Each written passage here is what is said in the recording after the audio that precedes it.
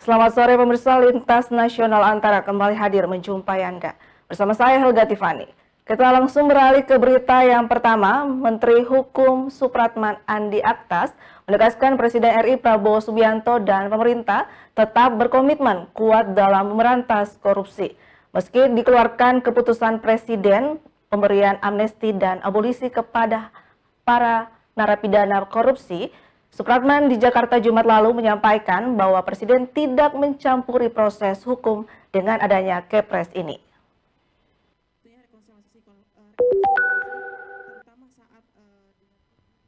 Menteri Hukum Supratman Andi Aktas menegaskan pemberian amnesti kepada narapidana tindak pidana korupsi seperti Sekretaris Jenderal PDIP Hasto Kristianto dan abolisi kepada mantan Menteri Perdagangan Thomas Lembong tidak akan mempengaruhi komitmen Presiden Prabowo Subianto dan pemerintah dalam pemberantasan korupsi. Supratman di Jakarta Jumat 1 Agustus mengatakan Presiden Prabowo tidak akan mencampuri proses hukum meski memberikan amnesti dan abolisi yang merupakan hak prerogatif Presiden. Bahwa Bapak Presiden tidak akan pernah gentar untuk tindak pidana korupsi. Pemberantasan itu tetap akan dilanjutkan oleh semua aparat penegak hukum. Nah, karena itu tidak usah ragukan, Presiden dan kami jajarannya semua akan tetap memastikan bahwa gerakan untuk pemberantasan korupsi itu tidak akan terpengaruh dengan pemberian amnesti dan abolisi hari ini. Supratman pun menyampaikan Presiden Prabowo menginginkan rekonsiliasi nasional demi keutuhan NKRI melalui Kepres ini dan akan terus mendengarkan masukan dari publik. Dari Jakarta, Setyanka Harfiana, Ibnu Zaki, Kantor Berita Antara mewartakan. Pemirsa, Komisi Pemberantasan Korupsi Jumat lalu masih menunggu surat amnesti dari Presiden Prabowo Subianto untuk membebaskan Sekjen DPP PDIP Hasto Kristianto. Juru bicara KPK Budi Prasetyo kembali menegaskan bahwa pihaknya telah menangani kasus suap pergantian antara waktu yang menjerat Hasto sejak 2020 dengan sangat baik dan cermat.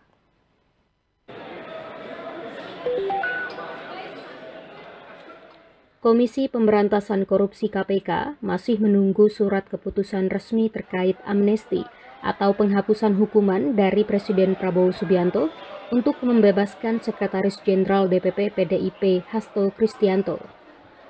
Ditemui di Gedung Merah Putih KPK, Jakarta, Jumat 1 Agustus, juru bicara KPK, Budi Prasetyo mengatakan pihaknya telah menangani kasus korupsi yang dilakukan oleh Hasto Kristianto dengan sangat baik dan cermat.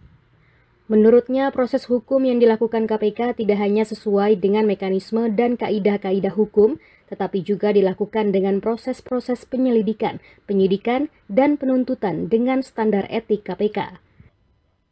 Pembebasan saudara HK ya, tindak lanjut dari amnesti yang diberikan oleh Presiden, kami masih menunggu surat tersebut untuk tindak lanjutnya. Kita tentu masih sangat ingat begitu ya, awal muasal dari perkara ini yang berangkat dari kegiatan tangkap tangan tahun 2020, di mana dalam proses penyelidikan, penuntutan semuanya sudah dilakukan. Pada Kamis malam 31 Juli 2025, DPR RI telah menyetujui permohonan pemberian amnesti terhadap Hasto Kristianto terkait kasus dugaan suap pergantian antar waktu (PAW) untuk calon anggota DPR RI Harun Masiku dan perintangan penyidikan. Pemberian amnesti tersebut dapat membatalkan keputusan yang telah ditetapkan Majelis Hakim Pengadilan Tindak Pidana Korupsi Jakarta pada 25 Juli lalu terhadap Hasto yang dinyatakan terbukti bersalah dan divonis pidana penjara selama 3 tahun 6 bulan serta denda 250 juta rupiah. Dari Jakarta, Cahyasari, Rio Faisal, Kantor Berita Antara, mewartakan.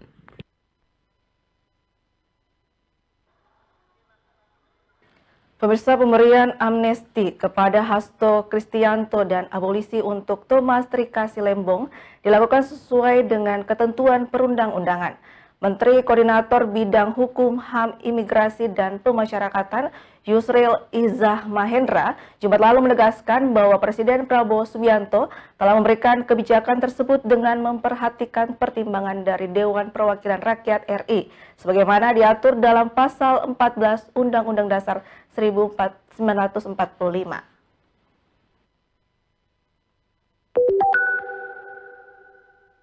Menteri Koordinator Bidang Hukum, HAM, Imigrasi, dan Pemasyarakatan Menko Kumham Imipas, Yusril Izzah Mahendra menegaskan bahwa pemberian amnesti kepada Sekretaris Jenderal PDIP Hasto Kristianto serta abolisi untuk ex-Menteri Perdagangan Thomas Trikasih Lembong telah sesuai ketentuan perundang-undangan. Dalam keterangan pers Jumat 1 Agustus di Jakarta, Yusril mengatakan bahwa hal tersebut diatur dalam Undang-Undang Dasar 1945 dan Undang-Undang Darurat Nomor 11 Tahun 1954 tentang amnesti dan abolisi. Ia menyebut dalam Pasal 14 Undang-Undang 1945 dinyatakan bahwa Presiden memberikan amnesti dan abolisi harus memperhatikan pertimbangan Dewan Perwakilan Rakyat. Pertimbangan tersebut jelasnya telah dimintakan oleh Presiden melalui surat kepada DPR RI. Mengacu pada Pasal 2 dan Pasal 4 dari Undang-Undang Nomor 11 Tahun 1954, Yusril menyampaikan bahwa seseorang atau sekelompok orang yang mendapatkan amnesti atau abolisi, maka segala akibat hukum dari tindak pidana yang dilakukan dihapuskan. Nah, dengan segala proses hukum yang dilakukan terhadap Pak Hasto itu otomatis dihapuskan. Jadi beliau tidak perlu mengajukan banding atas putusan yang telah diberikan oleh pengadilan tingkat pertama. Dan bagi Pak Thomas Lembong ya sudah diputus, mungkin dalam proses untuk mengajukan banding sekarang ini, maka dengan pemberian abolisi segala proses penuntutan terhadap beliau itu dihapuskan. Jadi dianggap tidak ada penuntutan terhadap beliau.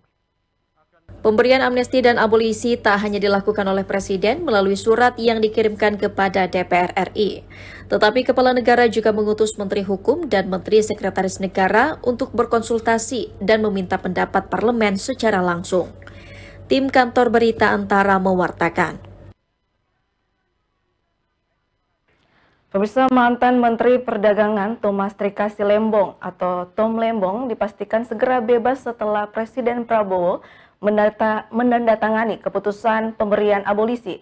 Tim pengacara keluarga Tom Lembong hingga Anies Baswedan pun terlihat hadir dan mengawal keputusan abolisi tersebut di Lapas Cipinang, Jakarta Timur, Jumat lalu.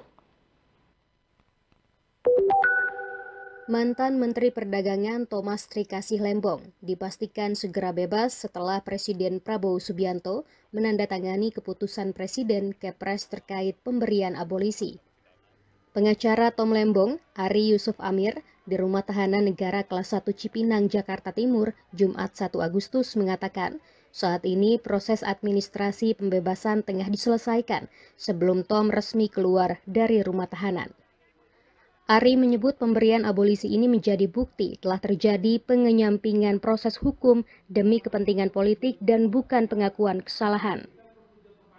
Menurutnya, Tom tidak pernah melakukan pelanggaran yang dituduhkan dan dukungan luas masyarakat berperan besar dalam keputusan ini. Yang kami dengar bahwa Kepresnya akan dikeluarkan hari ini, semoga proses administrasi ini bisa berlangsung lebih cepat. Karena harapan kita siang ini Pak Tom bisa keluar dari sini. Nah, tadi juga pihak rutan sudah menyampaikan mereka menunggu juga dari kejaksaan. Nanti kejaksaan diharapkan bisa datang ke sini untuk mengurus administrasinya dan bisa pengeluaran Pak Tom. Selain itu, Anies Baswedan yang turut hadir mendampingi keluarga menyampaikan rasa syukur serta apresiasi kepada Presiden dan DPR RI atas langkah pemberian abolisi tersebut. Ini adalah masa yang membahagiakan bagi keluarga Pak Tom Lembong yang sudah selama 9 bulan 3 hari terpisah sejak tanggal 29 Oktober 2024. Nah, kita pantau sampai tuntas prosesnya karena saat ini sedang menunggu. Nah, kita semua berharap bisa segera selesai. Anies juga menjelaskan bahwa ia sempat bertemu dengan Tom Lembong di Lapas Cipinang dan menganggap pembebasan ini sebagai jalan Tuhan dalam memberikan keadilan bagi Tom Lembong. Dari Jakarta, Putri Hanifah, Angga, Kantor Berita Antara, mewartakan. Pemirsa, usai jeda berikut kami akan segera kembali, tetaplah bersama kami.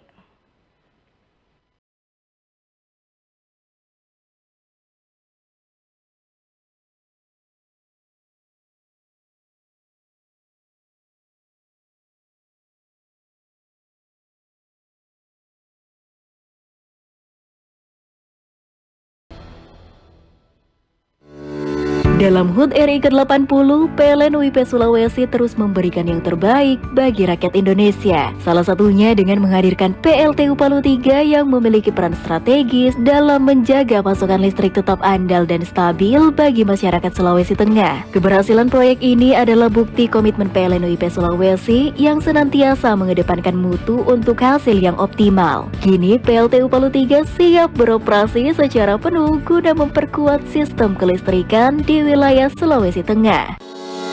Pertama kalinya sejak Indonesia merdeka, Morowali memiliki infrastruktur transmisi saluran udara tegangan tinggi atau SUTT 150 kV. Kini, Morowali akan terlepas dari ketergantungan pada pembangkit diesel dan digantikan dengan energi yang lebih bersih. Memasuki tahap energize pada SUTT Kolode Dale Bungku ini seakan menjadi awal kehidupan baru bagi masyarakat Morowali. Pembangunan infrastruktur ini menunjukkan aksi nyata PLN yang terus berupaya menghadirkan energi listrik yang merata dan berkelanjutan. Dalam HUT RI ke-80, PLN UIP Sulawesi terus menunjukkan komitmennya dalam memberikan pasokan listrik yang semakin andal di Sulawesi dengan menghadirkan pembangkit listrik yang lebih mutakhir dan modern. Salah satunya PLTM Geluwu 40 MW yang telah beroperasi di tahun ini. Bukan hanya memenuhi kebutuhan listrik masyarakat, namun juga mendongkrak aspek perekonomian di wilayah Kabupaten Banggai. Semarak kemerdekaan RI ke-80, PLN terus menjadi garda terdepan dalam mendorong swasembada energi dengan menghadirkan infrastruktur tenaga listrikan di Sulawesi. Hadirnya proyek infrastruktur PLN UIP Sulawesi ini menjadi simbol ketahanan energi di kawasan timur Indonesia dalam mendukung pertumbuhan ekonomi serta aktivitas masyarakat Sulawesi. Kali saya Dian Rahma menjumpai Anda dalam program Sudut Sultra mengenai adanya transformasi digital. Di Balai POM itu, jadi kan kemarin mau ngurus satu produk gitu. Iya. Tapi kita harus dibantu loh. Harus dibantu. Tidak bisa. Kita masih akan kembali tetap bersama kami di Sudut Sultra.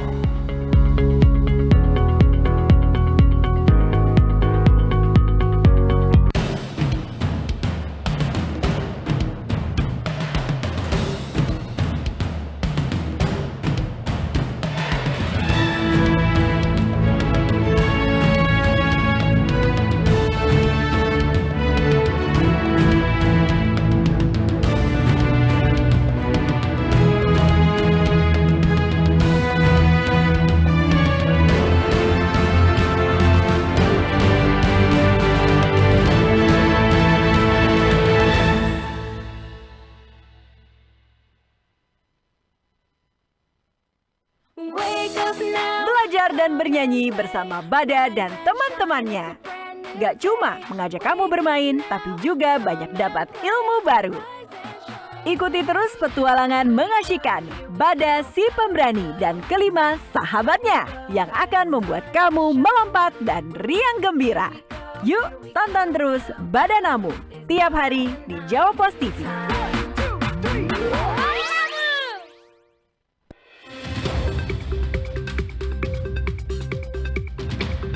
Pembangunan masjid ini diharapkan rampung tepat waktu agar bisa digunakan masyarakat khususnya di bulan Ramadan nanti. Personel Gabungan TNI Polri melaksanakan apel gabungan dalam rangka antisipasi. Dalam rapat koordinasi itu, KSOP Kendari sepakat untuk memperbaiki beberapa layanan. Dari Kendari, tim liputan Sultra TV melaporkan. Dalam HUT RI ke-80, PLN UIP Sulawesi terus memberikan yang terbaik bagi rakyat Indonesia. Salah satunya dengan menghadirkan PLTU Palu 3 yang memiliki peran strategis dalam menjaga pasokan listrik tetap andal dan stabil bagi masyarakat Sulawesi Tengah. Keberhasilan proyek ini adalah bukti komitmen PLN UIP Sulawesi yang senantiasa mengedepankan mutu untuk hasil yang optimal. Kini PLTU Palu 3 siap beroperasi secara penuh guna memperkuat sistem kelistrikan di wilayah Sulawesi Tengah. Pertama kalinya sejak Indonesia merdeka, Morowali memiliki infrastruktur transmisi saluran udara tegangan tinggi atau SUTT 150 kV. Kini, Morowali akan terlepas dari ketergantungan pada pembangkit diesel dan digantikan dengan energi yang lebih bersih. Memasuki tahap energize pada SUTT Kolodedale Bungku ini seakan menjadi awal kehidupan baru bagi masyarakat Morowali. Pembangunan infrastruktur ini menunjukkan aksi nyata PLN yang terus berupaya menghadirkan energi listrik yang merata dan berkelanjutan. Dalam HUT RI ke-80, PLN UIP Sulawesi terus menunjukkan komitmennya dalam memberikan pasokan listrik yang semakin andal di Sulawesi dengan menghadirkan pembangkit listrik yang lebih mutakhir dan modern. Salah satunya PLTM Geluwu 40 MW yang telah beroperasi di tahun ini. Bukan hanya memenuhi kebutuhan listrik masyarakat, namun juga mendongkrak aspek perekonomian di wilayah Kabupaten Banggai. Semarak Kemerdekaan RI ke-80, PLN terus menjadi garda terdepan dalam mendorong swasembada energi dengan menghadirkan infrastruktur tenaga listrikan di Sulawesi. Hadirnya proyek infrastruktur PLN UIP Sulawesi ini menjadi simbol ketahanan energi di kawasan timur Indonesia dalam mendukung pertumbuhan ekonomi serta aktivitas masyarakat Sulawesi. Jakarta, kota metropolitan terpadat di Indonesia. Berpenduduk 11 juta warga dengan berbagai keindahan di sudut kota. Derasnya laju pembangunan juga menimbulkan berjuta masalah sosial. Ini Jakarta di Jawa Pos TV.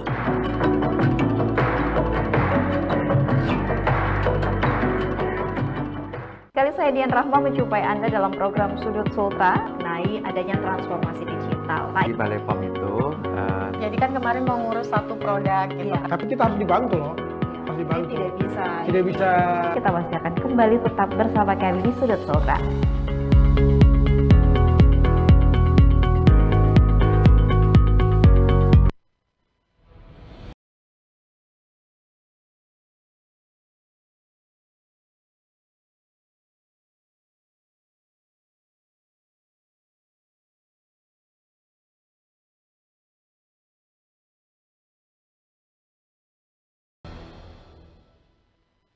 Terima kasih Anda masih bersama kami. Pemirsa, Kementerian Perdagangan resmi meluncurkan Export Center di Balikpapan, Kalimantan Timur dan Batam, Kepulauan Riau, Jumat lalu.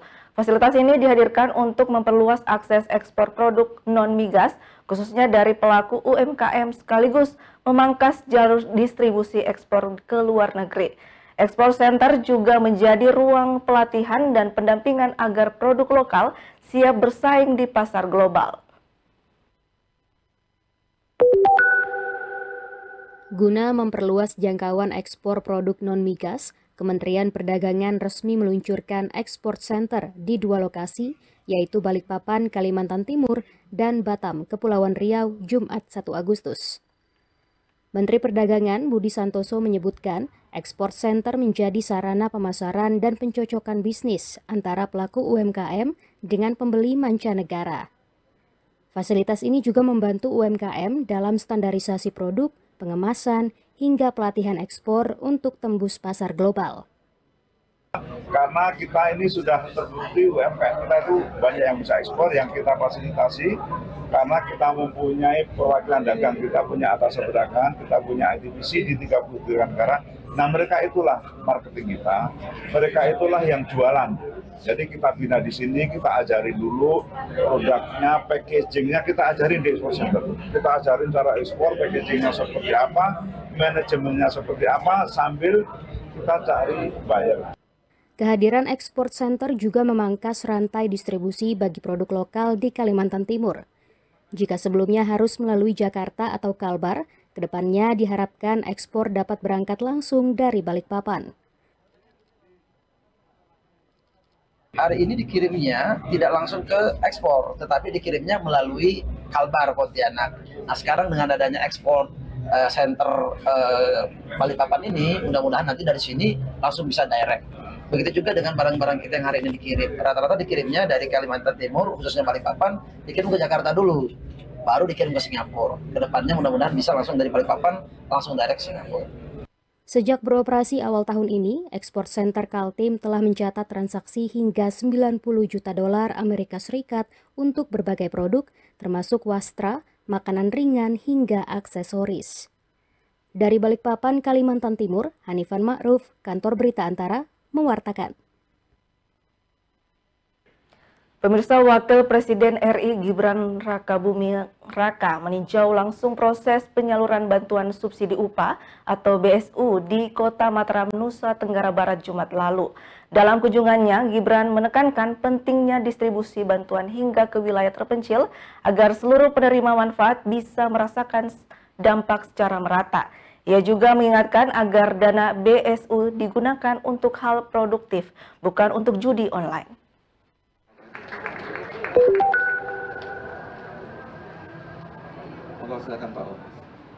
Wakil Presiden Republik Indonesia Gibran Rakabuming Raka meninjau langsung proses penyaluran bantuan subsidi upah bagi ratusan pekerja di Kota Mataram Jumat 1 Agustus. Bantuan ini disalurkan melalui PT Pos Indonesia sebagai alternatif bagi pekerja yang tidak dapat menerima lewat bank milik negara. Didampingi Menteri Ketenagakerjaan, BPJS Ketenagakerjaan, dan Kepala Pos Indonesia, Wakil Presiden meminta agar penyaluran juga menjangkau wilayah terpencil dengan tujuan agar bantuan benar-benar sampai ke tangan masyarakat yang berhak, tepat sasaran, dan dapat dimanfaatkan untuk hal-hal yang produktif. Wapres juga mengingatkan pemerintah tak segan mencabut bantuan jika terbukti digunakan untuk judi online. Nanti mungkin challenge-nya pada saat penyerahan bantuan di remote area terpencil. Nanti saya minta tolong Pak Gubernur, para dirut untuk bisa membantu juga agar masyarakat, warga yang berhak menerima benar-benar bisa menerima manfaatnya. Lebih baik uangnya untuk beli sembako, untuk anak-anaknya. Ini kan tahun ajaran baru kan, untuk beli buku, untuk beli tas. Jadi untuk kegiatan-kegiatan yang produktif. Penyaluran bantuan lewat PT Pos Indonesia ini hanya dilakukan bagi mereka yang terkendala menerima lewat bank dan ditargetkan rampung dalam 5 hari ke depan. Di Provinsi NTB, jumlah penerima mencapai 8.371 orang. Dari total penerima manfaat secara nasional sebanyak 134.639 orang. Dari Mataram, Nusa Tenggara Barat, Kusnandar, Kantor Berita Antara, mewartakan. Pemirsa, Dinas Pariwisata Provinsi Sulawesi Tenggara mengajak sejumlah kepala desa dari beberapa daerah di Sultra melakukan studi tiru di Desa Wisata Wukirsari, Kecamatan Imogiri, Kabupaten Bantul, Yogyakarta, Kamis lalu. Kegiatan itu dilakukan dalam rangka menciptakan desa wisata di wilayah Sultra dengan mencontoh keberhasilan pengembangan desa wisata batik tulis Wukirsari yang mampu menggait 45.000 wisatawan setiap tahunnya.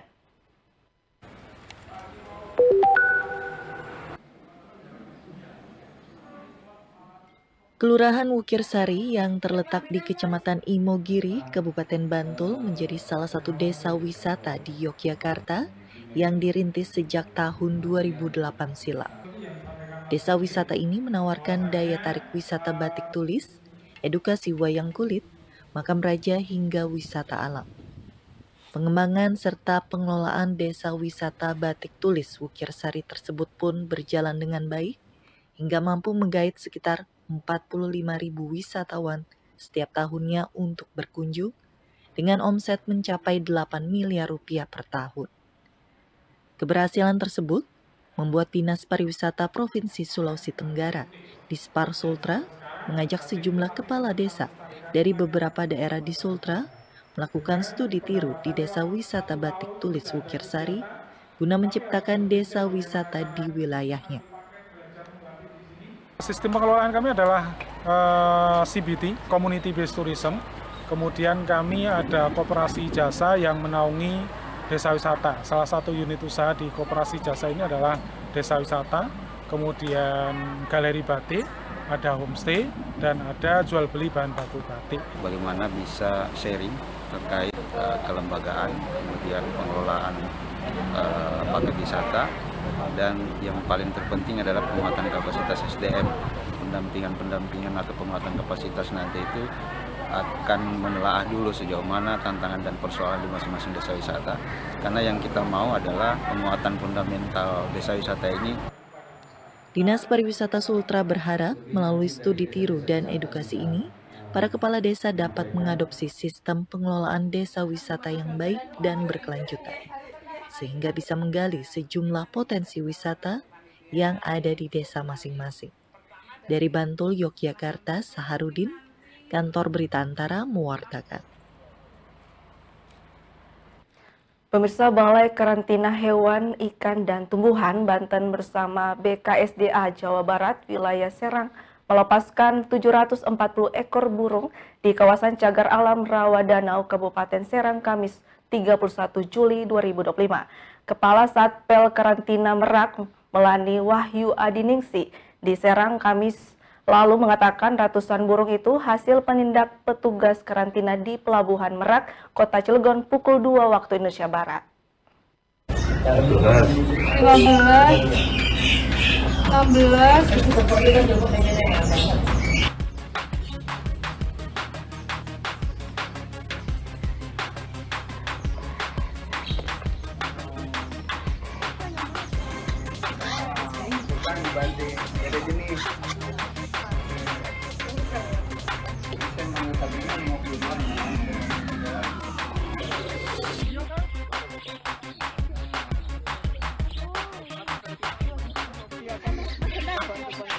Bisa kan ngambilin dua.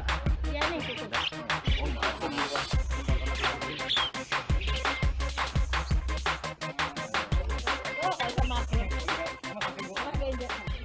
Jadi total keseluruhan ada 742 ekor. Dia terdiri dari 18 jenis burung seperti jalak kebo ada 298, pleci 147, kolibri king 119, kolibri sogon 14 ekor, kepodang 39, cucak ranting 33.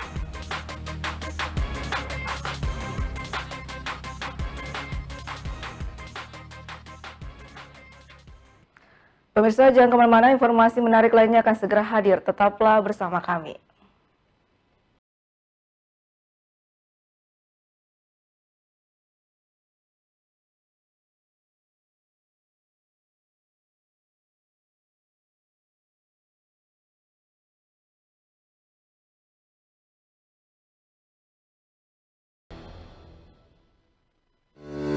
Dalam HUT RI ke-80, PLN UIP Sulawesi terus memberikan yang terbaik bagi rakyat Indonesia. Salah satunya dengan menghadirkan PLTU Palu 3 yang memiliki peran strategis dalam menjaga pasokan listrik tetap andal dan stabil bagi masyarakat Sulawesi Tengah. Keberhasilan proyek ini adalah bukti komitmen PLN UIP Sulawesi yang senantiasa mengedepankan mutu untuk hasil yang optimal. Kini PLTU Palu 3 siap beroperasi secara penuh guna memperkuat sistem kelistrikan di wilayah Sulawesi Tengah.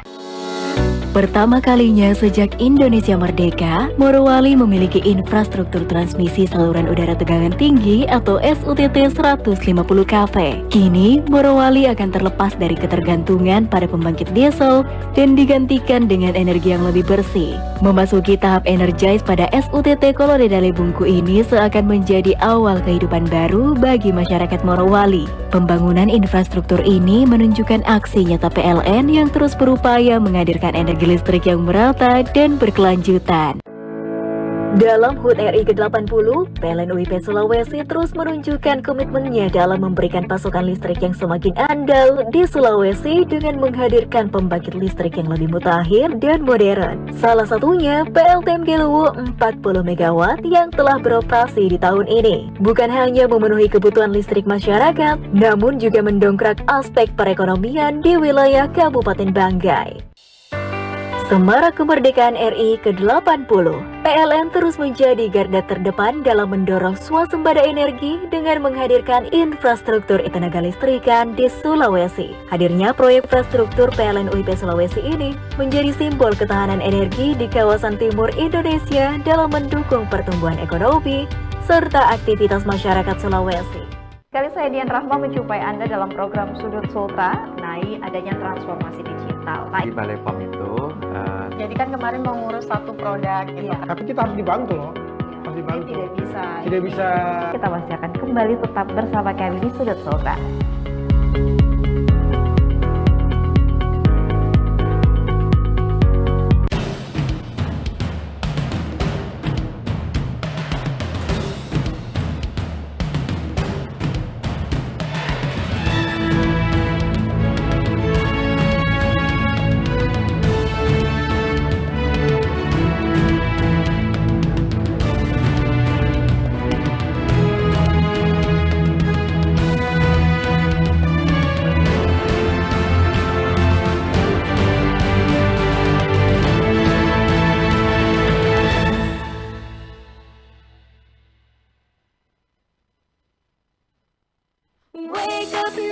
Belajar dan bernyanyi bersama Bada dan teman-temannya.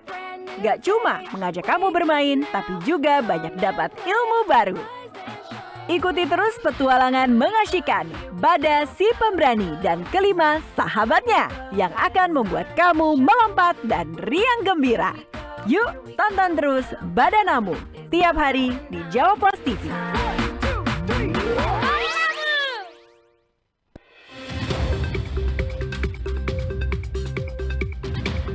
Pembangunan masjid ini diharapkan rampung tepat waktu agar bisa digunakan masyarakat khususnya di bulan Ramadan nanti. Personel gabungan TNI Polri melaksanakan apel gabungan dalam rangka antisipasi.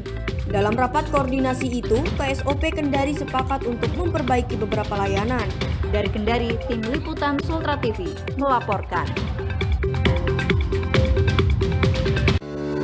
Dalam HUT RI ke-80, PLN UIP Sulawesi terus memberikan yang terbaik bagi rakyat Indonesia. Salah satunya dengan menghadirkan PLTU Palu 3 yang memiliki peran strategis dalam menjaga pasokan listrik tetap andal dan stabil bagi masyarakat Sulawesi Tengah. Keberhasilan proyek ini adalah bukti komitmen PLN UIP Sulawesi yang senantiasa mengedepankan mutu untuk hasil yang optimal. Kini PLTU Palu 3 siap beroperasi secara penuh guna memperkuat sistem kelistrikan di wilayah Sulawesi Tengah.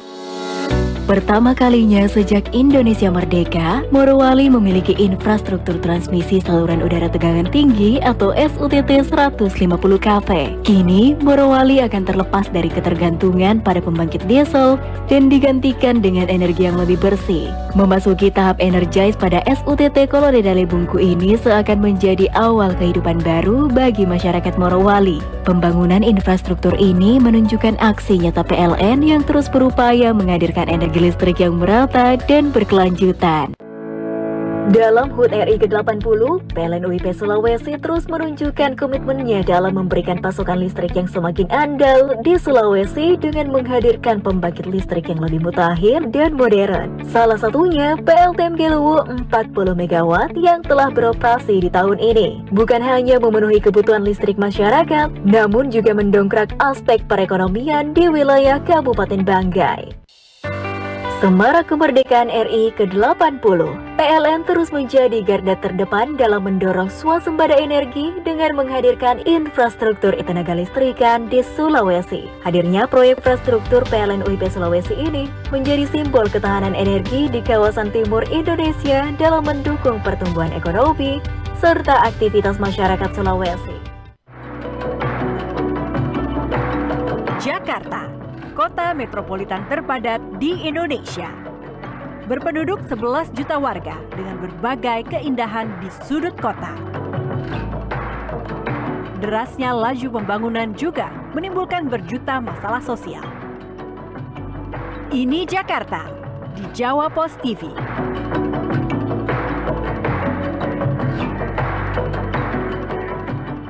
Kali saya Dian Rahma menjumpai Anda dalam program Sudut Sultra, mengenai adanya transformasi digital. Di Balai POM itu jadi kan kemarin mau ngurus satu produk gitu. Tapi kita harus dibantu loh. Harus Tidak bisa. Kita masih akan kembali tetap bersama kami di Sudut Suara.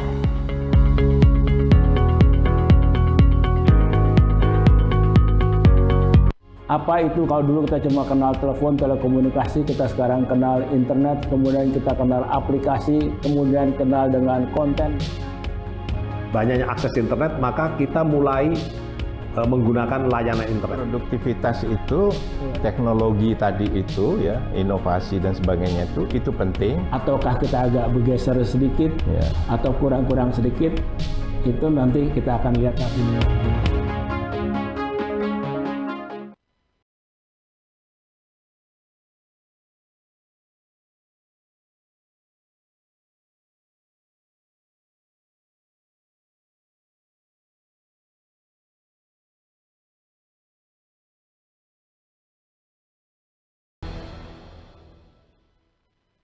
Terima kasih Anda masih bersama kami. Pemirsa, Satuan Tugas atau Satgas Pangan Polri menetapkan 3 karyawan PT Food Station sebagai tersangka dalam kasus beras tidak sesuai mutu standar atau beras oplosan. Kasus ini naik ke tahap penyidik setelah penyidik menemukan 2 alat bukti dan menyita lebih dari 130 ton beras kategori premium yang diduga telah diturunkan mutunya. Satgas Pangan Polri menetapkan 3 karyawan PT Food Station (FS) sebagai tersangka kasus beras tidak sesuai mutu standar atau beras oplosan. Kasus ini resmi naik ke tahap penyidikan. Pada konferensi pers di Gedung Bareskrim Polri Jakarta Jumat 1 Agustus, Kepala Satgas Pangan Polri Direktur Tindak Pidana Ekonomi Khusus Dirtipideksus, Brigjen Pol Helvi Asegaf menyampaikan penyidik menemukan sejumlah barang bukti yang menunjukkan ketiga tersangka melakukan penurunan kualitas mutu beras pada beras kategori premium produksi PT FS Cipinang Jaya, yaitu Setra Wangi, Setra Ramos Merah, Setra Ramos Biru, beras Setra Pulen, dan Resik.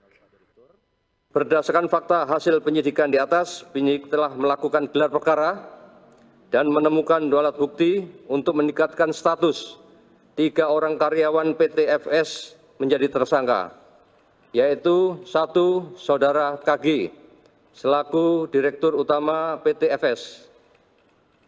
Yang kedua, Saudara RL selaku Direktur Operasional PT FS. Yang ketiga, Saudara RP selaku Kepala Seksi Quality Control PT FS. Selain menetapkan tersangka, Polri juga menyita barang bukti sebanyak 132,65 ton beras premium produksi PT FS, yang terdiri dari 127,3 ton dalam kemasan 5 kg dan 5,35 ton dalam kemasan 2,5 kg.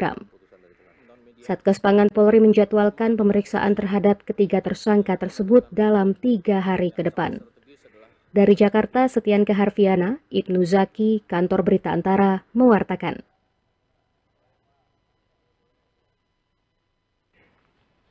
Pemirsa, Kepolisian Daerah Bali menangkap 2 warga negara Rusia yang terlibat dalam aksi penculikan, penganiayaan, dan pemerasan terhadap WNA Willy Tuani di Jimbaran. Kapolda Bali, Irjen Pol Daniel Aditya Jaya, menyebut kejahatan ini diduga terkait jaringan kriminal internasional yang telah beraksi di Bali sejak awal 2025.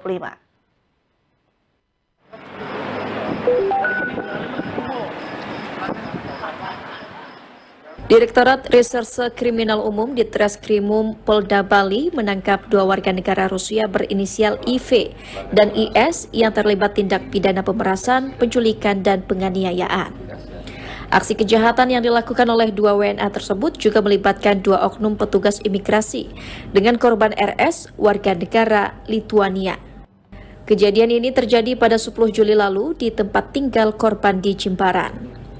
Dalam pengungkapan kasus di Mapolda Bali, Jumat siang 1 Agustus, Kepala Kepolisian Daerah Bali, Inspektur Jenderal Polisi Daniel Aditya Jaya menjelaskan, 2 WNA tersebut menyerang dan memukul korban. Namun pelaku menyadari korban bukanlah target mereka. Selanjutnya datang tersangka lainnya yang diduga oknum petugas imigrasi. Petugas tersebut memaksa korban membuka ponsel, memfoto paspor, dan mengambil data pribadinya. Korban juga diinterogasi dan mengalami ancaman serta intimidasi. Hasil penyidikan sementara, aksi kejahatan ini melibatkan jaringan asal geng Rusia di wilayah hukum Bali. Kemudian tergambar peta jaringan asal kelompok tersebut, saya bilang kelompok ya, yang berbuat kejahatan di wilayah hukum Bali. Motifnya ini ada pemerasan, perampokan, uang dengan modus operandi culik, sekap, aniaya, dan dipaksa transfer melalui transaksi kripto. Kemudian diduga juga ada jaringan narkoba, prostitusi, warga negara asing, serta money laundering dengan bulan kripto. Semuanya dalam pendalaman. Ya. Menambahkan, aksi kejahatan kelompok ini berlangsung sejak Januari 2025 dengan 27 TKP di wilayah Badung dan Denpasar. Polisi juga melakukan pengejaran tersangka lainnya berinisial GG yang diduga sebagai otak kejahatan tersebut. Para pelaku dijerat pasal 170 KUHP dan atau 351 KUHP atas tindak pidana pengeroyokan dan atau penganiayaan. Dari Denpasar, Bali, Rita Laura, Kantor Berita Antara mewartakan. Pemirsa, Gunung Lewotobi laki-laki di Kabupaten Flores Timur, Nusa Tenggara Timur kembali erupsi pada Jumat pukul 20.48 WITA. Gunung tersebut teramati mengeluarkan api pijar dan kolom abu vulkanik setinggi 10 km dari puncak kawah aktif.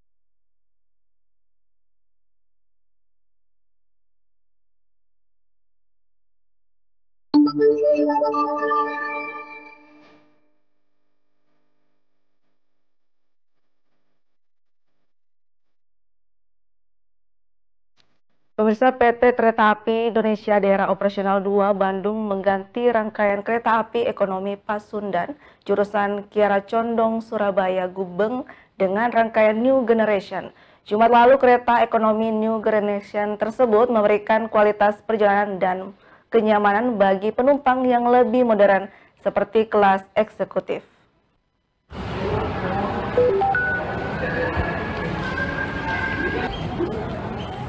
PT Kereta Api Indonesia KAI mulai mengoperasikan rangkaian kereta New Generation atau generasi baru untuk layanan KA Pasundan, rute Kiara Condong Surabaya Gubeng di stasiun Kiara Condong, Bandung, Jumat 1 Agustus. Kereta api New Generation ini menggunakan kursi kelas eksekutif yang lebih modern, namun harga tiket tetap terjangkau. Eksekutif Vice President PT KAI Daup 2 Bandung, Diki Eka Priyandana menjelaskan, kereta ini dibuat khusus untuk meningkatkan kualitas layanan di segmen ekonomi jarak jauh. Menurutnya, modifikasi ini merupakan upaya KAI untuk lebih dekat dengan pelanggan. Dibuat khusus untuk meningkatkan kualitas layanan di segmen kelas ekonomi. Lalu apa yang menjadi pembeda tentu di interior, terutama di tempat duduknya. Tempat duduknya sudah menggunakan jok, sofa, kemudian bisa recline, full, dan juga bisa diputar balik sesuai arah berangkatnya KA. Kehadiran rangkaian modifikasi ini mendapat sambutan positif dari penumpang yang langsung merasakan peningkatan kenyamanan di kelas ekonomi. Ya alhamdulillah gitu, asal gimana ya, nyaman lah gitu tempatnya. Terus situasinya juga ya nyaman lah pokoknya gitu. Kursinya bagus gitu, nyaman untuk duduk buat tidur juga gitu bisa. Kalau kereta yang sekarang memang kelihatan jauh berbeda ya, dari segi kursi, terus kebersihannya juga memang bagus banget yang sekarang. Ditambah pelayanannya oke lah, makin mantep. Kalau sebelumnya kursi itu memang agak kurang nyaman ya, kalau untuk jarak jauh. Saat ini kereta New Generation telah digunakan di 2 layanan di Daup 2, yaitu KA Lodaya dan KA Pasundan. Dengan perubahan ini, PT KAI berharap New Generation dapat menjadi standar baru untuk layanan kereta ekonomi jarak jauh di Indonesia, yang tidak hanya terjangkau tapi juga nyaman dan modern. Dari Bandung, Jawa Barat, Dian Hardiana, Kantor Berita Antara mewartakan.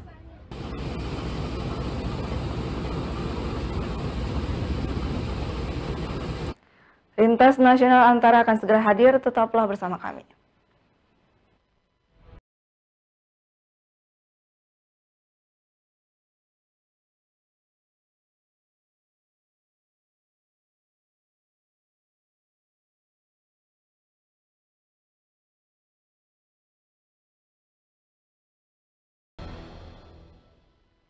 Kali saya Dian Rahma menjumpai Anda dalam program Sudut Sultra mengenai adanya transformasi digital. Di Balai POM itu, jadi kan kemarin mau ngurus satu produk gitu. Tapi kita harus dibantu loh.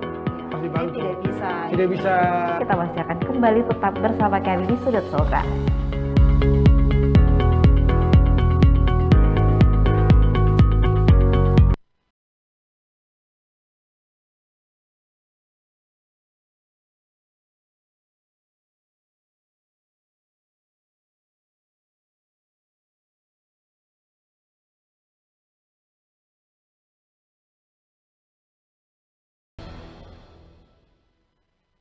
Terima kasih Anda masih bersama kami pemirsa. Sepanjang Juli 2025, harga daging ayam ras dan bawang merah menjadi pemicu angka inflasi yang naik tipis di Provinsi Kepulauan Bangka Belitung. Badan Pusat Statistik setempat melaporkan kenaikan harga daging ayam ras terpengaruh oleh sejumlah faktor, antara lain Idul Adha yang telah usai, sedangkan harga bawang merah dipengaruhi oleh jumlah produksi yang sedang turun. Badan Pusat Statistik BPS Provinsi Kepulauan Bangka Belitung mencatat sepanjang Juli 2025 terjadi inflasi bulanan atau month to month sebesar 0,65% di Bangka Belitung. Komoditas utama sebagai penyumbang inflasi adalah daging ayam ras, bawang merah, dan ikan kerisi. Usai menyampaikan berita resmi statistik di Pangkal Pinang pada Jumat 1 Agustus, Kepala BPS Bangka Belitung Toto Haryanto Silitonga mengatakan meningkatnya harga daging ayam ras berkaitan dengan sejumlah hal yang terjadi pada Juli lalu, termasuk konsumsi pasca Idul Adha. Sedangkan meningkatnya harga bawang merah dan ikan kerisi disebabkan oleh produksi yang menurun bersamaan dengan iklim yang tidak mendukung.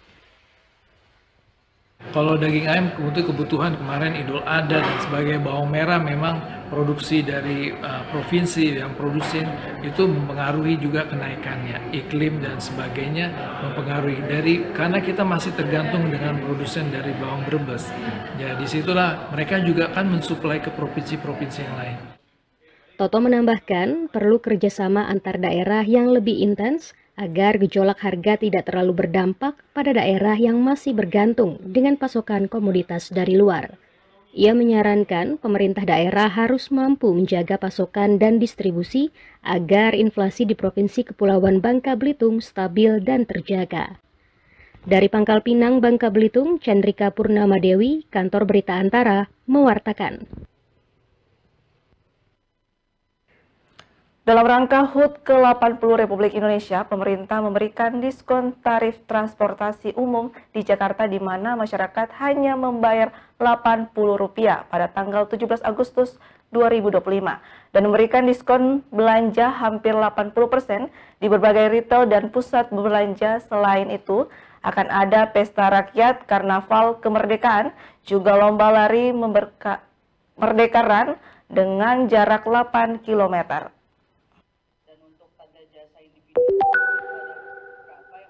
Sejumlah rangkaian acara dan kegiatan dijadwalkan mewarnai peringatan Hari Ulang Tahun ke-80 Republik Indonesia sepanjang bulan Agustus yang diselenggarakan oleh pemerintah. Dalam konferensi pers di Istana Kepresidenan Jakarta, Jumat 1 Agustus, Wakil Menteri Sekretaris Negara Jori Ardiantoro menjelaskan, rangkaian tersebut diantaranya mencakup pemberlakuan diskon biaya seluruh transportasi umum di Jakarta menjadi Rp80 selama 1 hari di tanggal 17 Agustus. Selain itu, berbagai diskon berbelanja juga ditawarkan bagi para konsumen yang diinisiasi oleh para pelaku usaha retail, modern, dan pusat perbelanjaan. Perayaan pada tanggal 17 Agustus juga akan diwarnai pesta rakyat serta karnaval kemerdekaan. Suasana kemeriahan pada 17 Agustus juga akan semakin semarak pada malam hari dengan kegiatan karnaval kemerdekaan. Jadi pada malam hari tanggal 17 Agustus akan ada karnaval kemerdekaan yang akan melibatkan perwakilan seluruh instansi pemerintah, kementerian, lembaga, TNI, Polri, dan antara BUMN yang akan menampilkan program-program unggulan masing-masing dalam kendaraan hias sebagai bentuk kreativitas lainnya. Selain itu akan diselenggarakan pula lomba lari Merdeka Run dengan jarak 8 km sesuai dengan usia kemerdekaan Indonesia yang memasuki 80 tahun. Dari Jakarta, Arya Sindiara, Suci Nurhaliza, Kantor Berita Antara mewartakan. Pemirsa, Festival Olahraga Masyarakat Nasional ke-8 tahun 2025 menobatkan Provinsi Jawa Barat sebagai juara umum dengan memperoleh 256 medali. Sementara Provinsi Nusa Tenggara Barat selaku tuan rumah cukup berbangga berada di peringkat ke-7 dengan memperoleh 235 medali. Festival Olahraga Masyarakat Nasional Fornas ke-8 tahun 2025 berakhir dengan diselesaikannya 2 pertandingan induk olahraga pada Jumat 1 Agustus. Jawa Barat semakin memantapkan posisi sebagai penyandang gelar juara umum dengan perolehan 256 medali dari total 846 mata lomba yang dipertandingkan di 73 induk olahraga. Peringkat di bawah Jawa Barat terdapat Provinsi Jawa Timur dan DKI Jakarta di posisi kedua dan ketiga, disusul oleh Kalimantan Timur, Jawa Tengah, dan Kalimantan Selatan di posisi keempat, 5, dan 6. Sementara Provinsi Nusa Tenggara Barat selaku tuan rumah cukup berbangga di peringkat ke-7 dan masuk ke dalam 10 besar peringkat nasional. Tuan rumah berhasil mengoleksi 235 medali kemenangan. Gubernur NTB lalu Muhammad Iqbal mengatakan, sukses tidak semata-mata diukur dari perolehan medali, melainkan sukses bagi NTB juga diukur sebagai tuan rumah yang siap menggelar beragam pesta olahraga berikutnya. Ini adalah salah satu medium, salah satu cara untuk naik kelas dan sekaligus untuk meningkatkan rasa percaya diri para pemain-pemain event yang ada di NTB. Setidaknya kita pernah menyelenggarakan sebuah event kelas nasional dengan bahkan multi event kelas nasional. Banyak hal baru yang dilakukan dalam Fornas ke-8 ini, mulai dari pembukaan yang katanya paling serius. Acara penobatan juara umum akan dilakukan pada Jumat malam saat upacara penutupan Fornas ke-8 di Kota Mataram. Dalam upacara penutupan juga akan dilakukan penyerahan Pataka Fornas dari Provinsi NTB kepada Provinsi Sulawesi Tengah sebagai tuan rumah Fornas ke-9 tahun 2027 mendatang. Dari Mataram, Nusa Tenggara Barat, Kusnandar, Kantor Berita Antara mewartakan.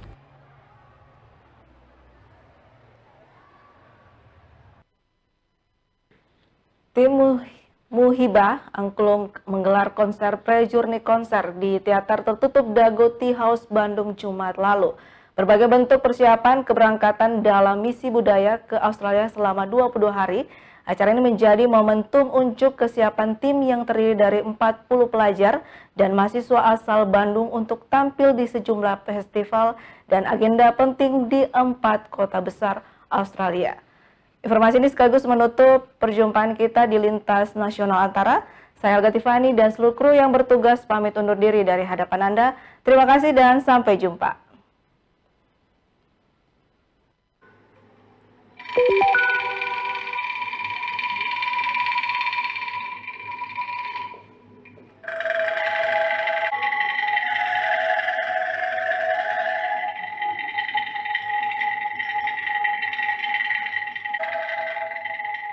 tim Muhibah Angklung menggelar konser pre-journey concert di Dagoti House, Bandung, Jumat 1 Agustus.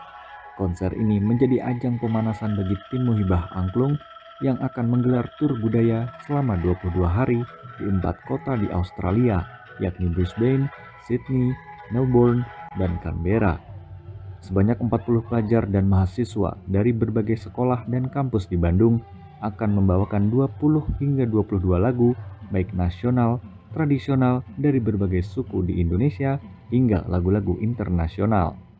Menurut founder tim Muhibah Angklung, untuk melakukan misi kebudayaan ini dilakukan persiapan sejak 7 bulan lalu.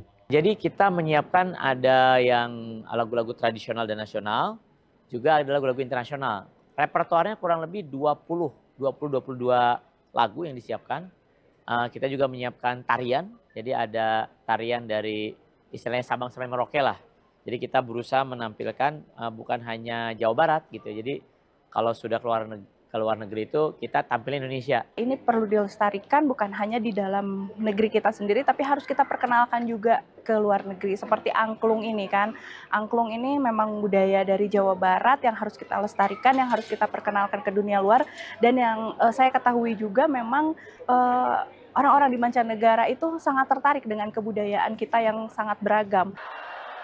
Selain tampil di berbagai festival dan komunitas diaspora, tim Muhibah Angklung juga akan mengisi resepsi diplomatik di Albert Hall, Canberra. Tak hanya tampil, mereka juga akan menggelar workshop budaya di sekolah-sekolah Australia sebagai upaya mempertahankan program bahasa Indonesia yang kini mulai ditinggalkan. Misi budaya ini juga menjadi bentuk pelestarian angklung yang telah diakui UNESCO, bukan hanya menjaga eksistensi, tapi juga memperluas jejak budaya Indonesia ke panggung dunia. Dari Bandung, Jawa Barat, Dian Hardiana, Kantor Berita Antara mewartakan.